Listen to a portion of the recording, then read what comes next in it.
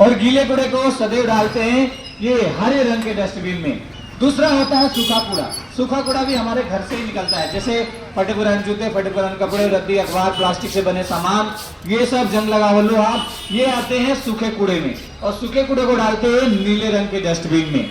तीसरा होता है घरेलू खतरनाक कूड़ा। ये कूड़ा हमारे घर से रोज रोज नहीं निकलता, लेकिन होता बहुत ही खतरनाक है, जो हमें, आपको, आपके बच्चों को चोट पहुंचा सकता है। जैसे यूज किया मास्क, यूज किया सैनिटरी पैड, बच्चों के डायपर, कांच के टुकड़े हो गए, इंजेक्शन नीडल, एक्सपायर मेडिसिन, ये सब आते हैं खतरनाक कूड़े में। और खतरनाक कूड़े को ब्लैक कलर के डस्टबिन में डालें।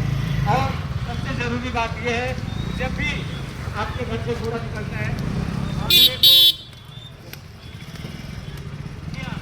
कूड़े को कूड़े वाली गाड़ी में ही डालें। जी हाँ, जब भी कूड़े वाली गाड़ी आती है, मेट्रो वेस्ट की जो गाड़ियां आती हैं, उसमें ही कूड़े को डालें। कूड़े को इधर उधर चौराहे पे न डालें। अगर आप डालते हुए पकड़े जाते हैं तो आपको जुर्माना भी लगाया जा सकता है। और एक सभ्य नागरिक के नाते ये हमारा वातावरण